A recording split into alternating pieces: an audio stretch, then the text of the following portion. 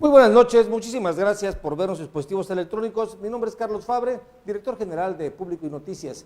Hoy mi participación es para felicitar al nuevo rector de la Universidad Autónoma de Chiapas, al doctor Carlos Faustino Natarén Andayapa, que en sus tiempos estuvo trabajando como director de estudios jurídicos en la UNACH, participó en la reforma de Chiapas 2016, fue integrante también de temas de jurisprudencia que dieron fuerza al Sistema Nacional Anticorrupción y la designación, obviamente, del fiscal anticorrupción. Y bueno, estuvo aquí en Público y Privado apenas hace unos meses con el maestro Manuel Arellano, en su programa Encuentro Parlamentario, donde tocó el tema de la corrupción. Y bueno, frases que citó muy importantes que seguramente harán eco en estos momentos a la comunidad universitaria, que es la corrupción no solo es un problema de México. Lo que sucede en México es de que no se respeta la ley. Las redes sociales han evidenciado más la corrupción y obviamente él prioriza la participación de los comités ciudadanos en los temas de anticorrupción.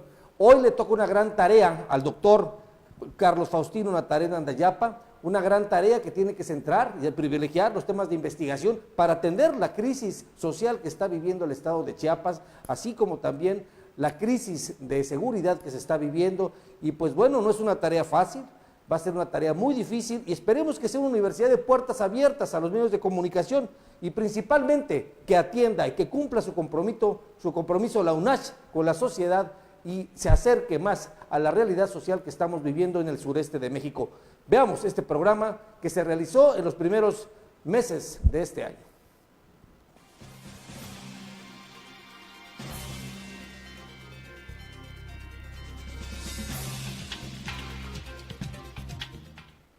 Bien, una vez más estamos en Encuentro Parlamentario. En esta edición contamos con la presencia del doctor Carlos Natarén Andayapa, uno de los juristas más sobresalientes destacados en Chiapas en este momento, para hablar del Sistema Nacional Anticorrupción. Carlos, ¿cómo estás? ¿Quién eres?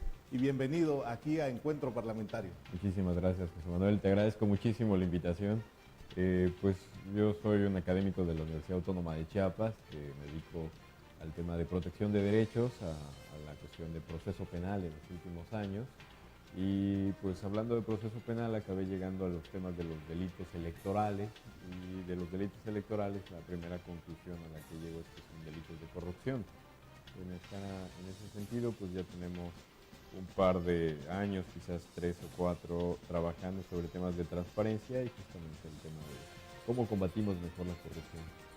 Así es, Carlos. Bueno, la corrupción no solo es dinero, son favores, son prebendas, le llaman de 1000 formas, hay un diccionario de términos de cómo llamar la corrupción, pero lo que nos interesa, Carlos, es este sistema anticorrupción en México, el nombramiento del fiscal, es decir, cómo debe de operar esta reforma, que si bien es una reforma ideal, en los hechos hemos visto que ha sido muy difícil articularla, es una facultad exclusiva del Congreso de la Unión, la designación del fiscal. ¿Por qué no se ha designado? Corremos el riesgo de que sea nuevamente como este secretario de la Función Pública que fue destinado para investigar. ¿Cuál es el estatus para ir adentrándonos a la exposición de motivos de este programa? Bien, habría que aclarar, el Sistema Nacional Anticorrupción empezó como una reforma constitucional. Luego hubo toda una discusión, un debate, una batalla social por construir leyes con contenido pues más claro y mejor. Acuérdense de todo lo que pasó con la ley 3 de 3. Y luego que se hace esa reforma para 7 grandes leyes, lo que implica y construye todo un sistema que busca impulsar, organizar primero lo que hay y luego darle más seriedad y profundidad a ese combate contra la corrupción. Pues pasabas al momento de después de hacer la ley, a aplicarla.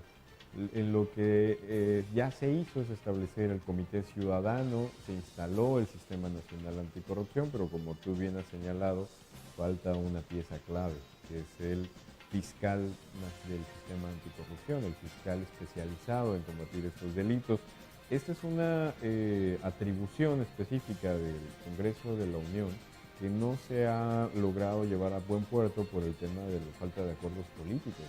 El escenario es necesitas a alguien que tenga capacidad técnica, pero sobre todo que demuestre autonomía para garantizar que su trabajo no va a estar sujeto a presiones o a distorsiones de otra manera. Y al día de hoy no ha habido acuerdo en este sentido, ¿no? Y se decía que ya había un acuerdo entre el Partido de Gobierno y el Partido de Acción Nacional y que habían estado, habían más o menos llegado a una salida, pero pues eso se cayó y entonces seguimos esperando. Mira, Carlos, en esta exposición de motivos me queda claro que el contexto es fundamental, el nombramiento del fiscal. Pero número dos, ya en un estudio comparado internacional, México lleva una gran cantidad de Producto Interno Bruto perdido, dinero, perdemos dinero por actos de corrupción. Pero hay un concepto bien importante, ya estudiando la ley, el mismo contenido. No es un asunto solo del gobierno, es un asunto de los particulares. La corrupción existe en las empresas, la corrupción existe a diario en la relación que tenemos entre particulares y también gobierno viceversa. ¿Cuál sería el contexto internacional de México? Estamos dentro de los países más corruptos. ¿Por qué los Países Bajos, los países europeos de Europa del Este son menos corruptos? El caso de Finlandia, el caso de Japón. Pues bueno, queremos ver dónde estamos parados en corrupción, si realmente México es tan corrupto o es tan transparente como ahora queremos visualizarlo en esta propaganda gubernamental, ¿no? Para empezar, en los documentos internacionales, porque hay una convención para el combate a la corrupción de la Organización de las Naciones Unidas de la ONU, la definición es una definición bastante general. Nadie sabe específicamente qué puede llevar cómo se podría definir qué es corrupción. Y eso es un tema que eso implica después cómo mides lo que no puedes acabar de definir. Y hay que ver que para medirla con precisión no hay herramientas, lo que se mide es la percepción de corrupción. Y quizás ahí entonces lo que podemos voltear a conocer y a analizar con más tranquilidad son las evaluaciones que hace Transparencia Internacional desde hace algún año. Mira, lo que podríamos decir así como hecho es, número uno, a los mexicanos nos importa muchísimo el tema. Nos preocupa tanto la corrupción que está en el segundo lugar. Y el primero es el tema de la seguridad pública. Es el tema de un partido político, ¿no? Es Sí. la principal causa de un partido político. Hay algo bien importante, Carlos.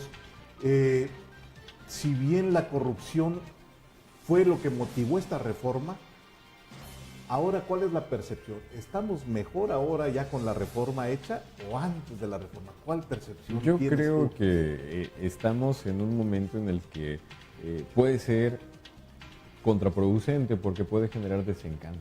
La verdad es que si el Sistema Nacional Anticorrupción es todavía un pequeño paso. Lo que habría que aclarar es, vamos a entender por corrupción, es aprovecharse de una posición de poder para obtener beneficio particular más allá de las obligaciones que existen. Y sobre esta definición, que es la general y que es la que tiene la Unión Europea, habría que definir si esa posición de poder tiene que ser en ejercicio del poder público o no. Y entonces podrías hablar solo de corrupción pública o corrupción también de aquel gerente que se aprovecha y se queda con recursos o beneficios en vez de entregárselos a su empleador, a su patrón. Eso también podría ser corrupción, pero habría que ver si esto lo vamos a entender o discutir de esa manera. Ahora, lo que tienes que ver es, hay una sensación de hartazgo en este país, ¿no? Y eso generó todo ese movimiento de iniciativa ciudadana que impulsó la Ley General de Responsabilidad de Servidores Públicos, la Ley 3 de 3. Pero ahora hay que dar el siguiente paso. Porque en el fondo el tema de percepciones, mira, yo tengo datos de transparencia aquí que te podrían decir que México está en el nivel de América al nivel de Bolivia, hasta atrás.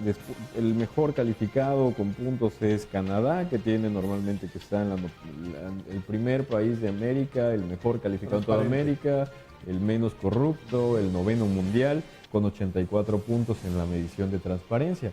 Nosotros estamos más allá del 100, En América somos más allá del 20 depende cada año cómo se va moviendo, y nuestra puntuación alrededor por los 30. Oye, Carlos, ¿tú 30. estás de acuerdo que la corrupción sea un asunto cultural que viene en el ADN de los mexicanos, como lo declaró en algún momento el titular del Ejecutivo, diciendo que ya nacimos con esto y con eso nos vamos a morir?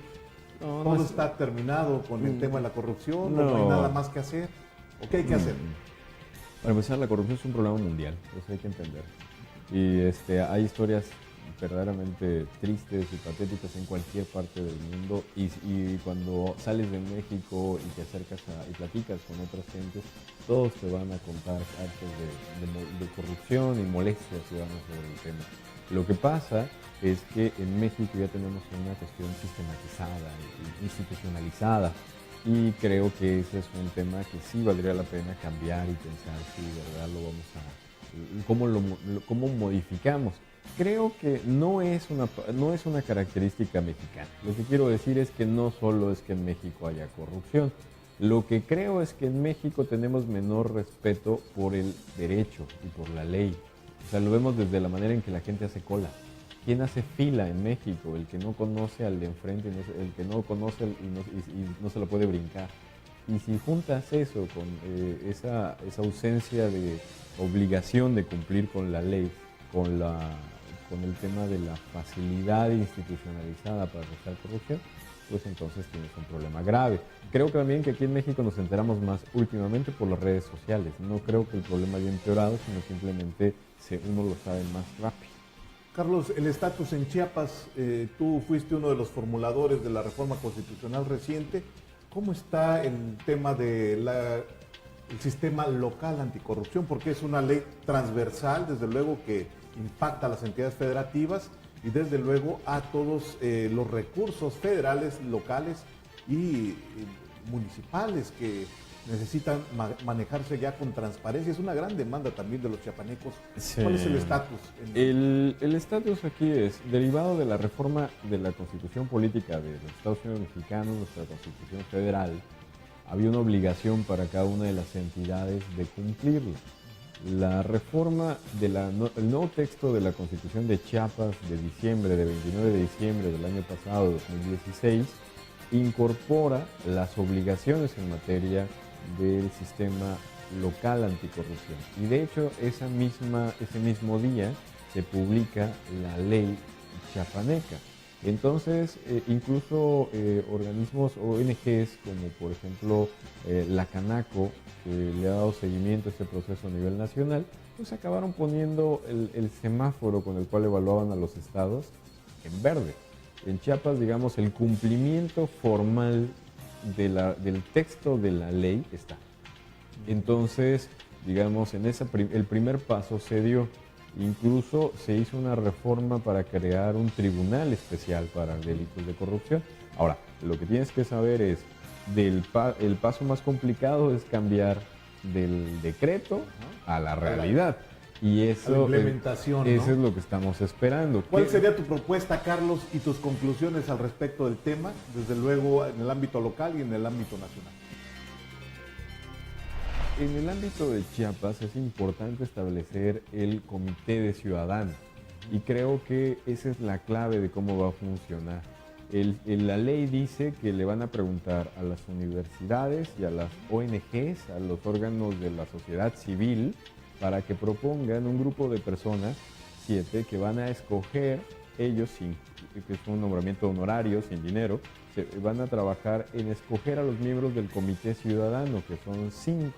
Estos 5 ciudadanos se dedicarán de tiempo completo a supervisar el sistema local.